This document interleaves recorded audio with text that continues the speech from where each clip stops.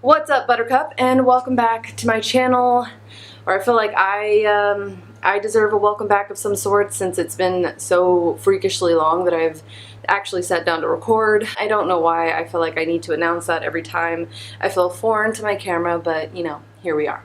But we're gonna start this video out right. I'm gonna lay it out all on the table for you guys, and I'm gonna tell you the truth.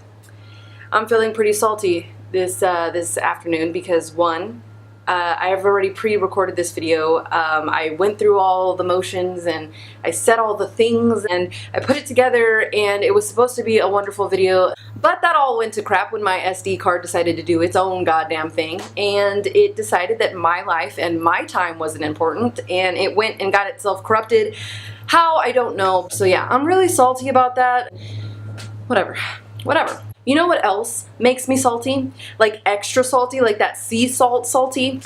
When I am trying to record and literally everything is just trying to stop me. For instance, one of my biggest problems with recording today was the goddamn construction that's going on outside of my apartment. What the hell are they even doing out there? Building stuff? But I'm gonna pull away from this rant before I go deeper down south and the ugly side of me comes out. And then this entire video is just gonna turn into a rant video, and that's not what I'm here for.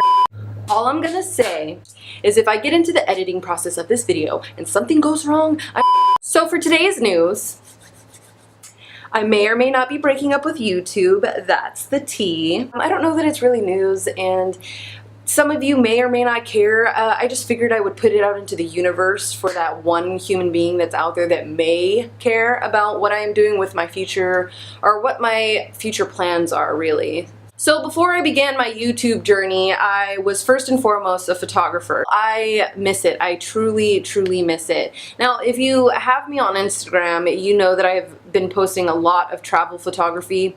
Shameless self-plug. If you're not following me, the link is down below. But if you've been following me for a while, you know that I am an OG self-portrait photographer. Basically, what I am trying to say, moral of the story, is I will be spending less time producing videos for YouTube, and more time and energy will go towards my portrait photography, my self-portraits, because the dark and creepy and sinister part of me is just begging to come out. If you haven't seen any of my portrait work, maybe if I'm feeling up to the challenge, I'll insert some of the pictures at the end of the video so you can kind of like take a look at what I'm all about. But now that the cat is out of the bag, I just want you guys to know that I'm gonna do my best to kind of juggle both so that I'm not lacking on too many videos here on YouTube, but I don't want it to get in the way of something that I'm really, really passionate about. Not to say that I'm not passionate about YouTube, because I am. But anyways, let's move on to what this video is actually supposed to be about. So, unless you are as blind as the 3 blind mice, well, then you wouldn't know that I was in Santorini for a week. This trip was so many different things. This was my very first solo trip, if I haven't broadcasted that enough to you guys. If you didn't know, now you know. And it was beautiful, it was terrifying, it was scary, it was fun, it was all sorts of emotions, but I'm glad I did it. I didn't die, I'm here, I'm alive. I did so many things and I got to see so many things. I did it all on my own, and I just wanted to share a few of those things with you guys because when I was researching for this trip, I wasn't really able to get my hands on the information that I was really looking for. I felt that digging into the details of what I did in Greece was only fitting because obviously I'm not a professional vlogger. I'm hardly a professional anything. My vlogs are borderline suckage, and I realize that when I do my vlogs that I'm not really talking much during the vlog. So first of all, when I arrived to Santorini, I was excited. I had already been through quite the process just getting there. Now, when I was planning this trip out, my initial thought was I would rent an ATV to get around the island throughout the duration of my trip. However, upon arrival, the guy that picked me up from the airport was supposed to take me to the rental company, and I was just gonna pick up my ATV and go on about my merry little way. I guess he was judging by look of character on my ATV skills, and I assumed that he thought I wasn't capable of driving an ATV. After having gone around the island myself, I understood a little bit better why it was so dangerous for someone to rent an ATV rather than a car on the island. For starters, their roads are very, very tiny. There's lots of potholes, there's rocky roads, and to add to this danger, a lot of their roads are very, very steep, and it's just not safe if you don't have experience with four-wheelers, if you're by yourself, or you've never driven under those types of conditions before. But for those of you that did not come here to hear me preach about how bad ATVs can be on the island of Santorini, there is an alternative if you are still wishing to live out those adrenaline junkie dreams of yours. You can do what I did.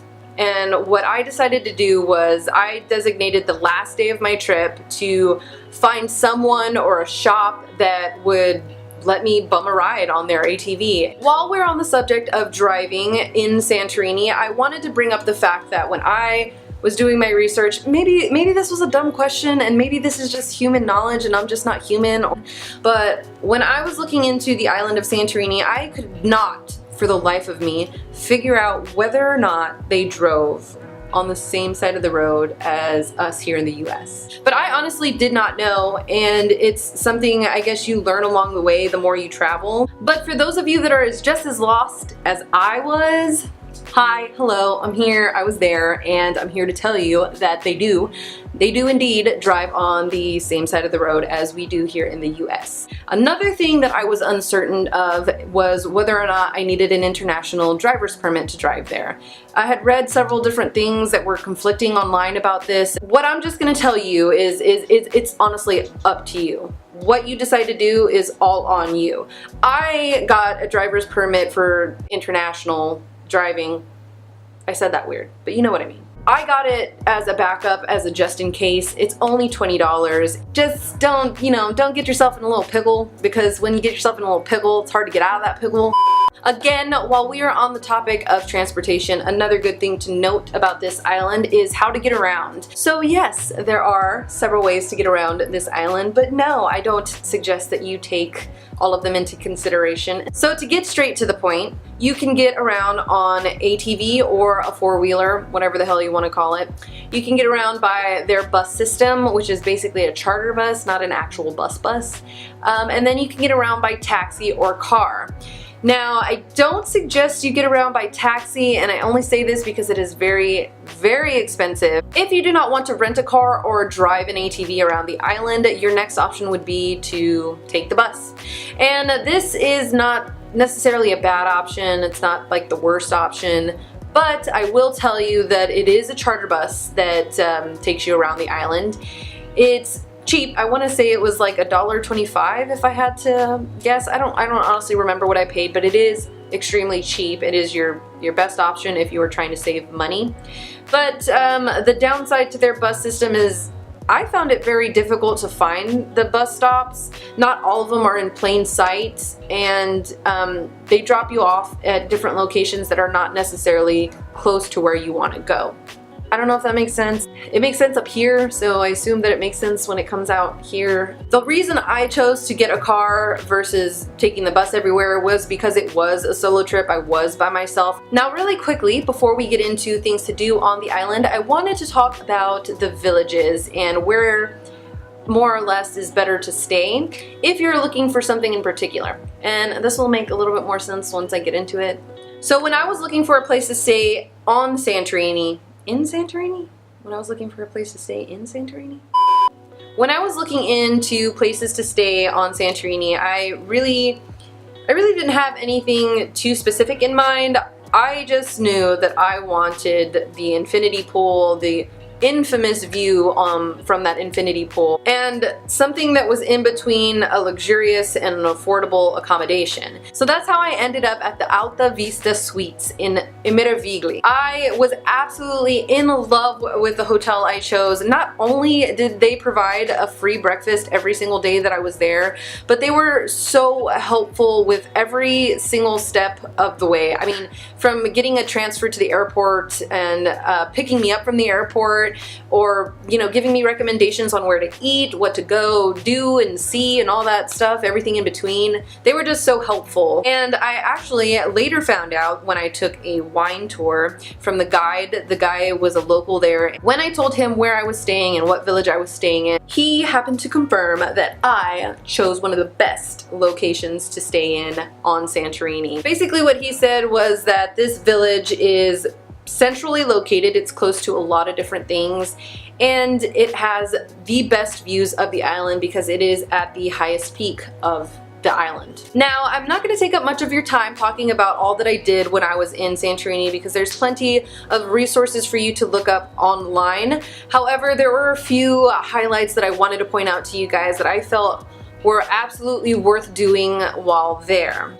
And one of the first things I did when I got to Santorini was the hike from Fira to Ia. If you are not an athletic person, that is completely okay. I still think that this hike is 100% worth it, and there are a lot of things along this hike that you will not see if you drive the island by car. There are lots of different scenic views and different viewpoints of the island along this hike. I don't really remember how long this hike was, but time-wise, if you're walking it leisurely, it can take anywhere up to 4, maybe 4.5 hours.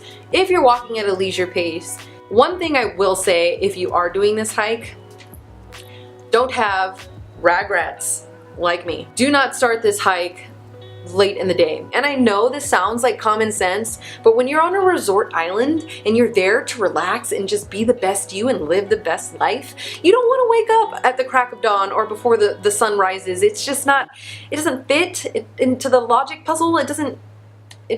If this hike is not your cup of tea or your bag of chips, I can't believe how lame I am sometimes. But anyways, if this is not your thing, then there are plenty of other things for you to do on the island. For instance, you can check out their red and black sand beach. Now, I like to be completely honest with you guys when it comes to my traveling. I was excited to see the red and black sand beach, but when I got to the red sand beach, it really was very anticlimactic. I guess I had high expectations because I had seen such beautiful photos of it before online.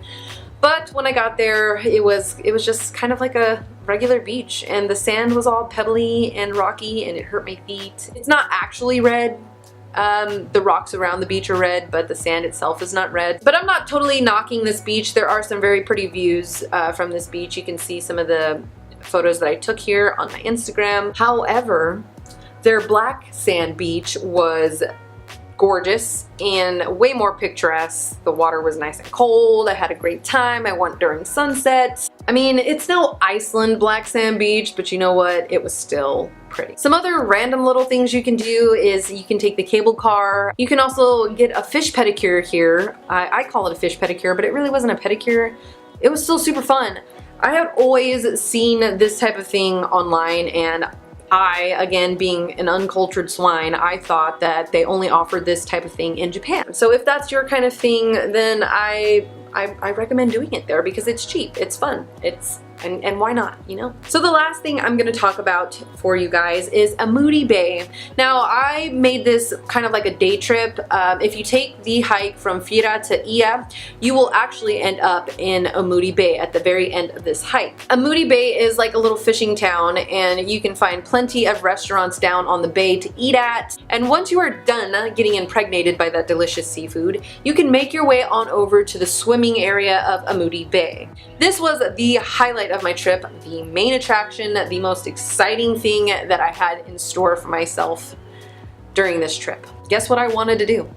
I wanted to jump from a cliff. But you swim out to this rock and you climb up it, and you're supposed to jump off without being a big coward. It was terrifying. And then I hit the water and I felt like a little kid. I cannot explain to you the rush I got once I hit that water. I was like a little kid fresh off of snorting a line of powdered sugar. I was excited and I was like, let's do it again. So yeah, that was just about everything that I did. I'm pretty sure I'm leaving something out. I always tend to leave information out of these videos. I try not to. But other than that, that's all I've got for you guys today. I hope you enjoyed. If you did, feel free to make love to that thumbs up button and subscribe if you are not part of the fam here on YouTube. But I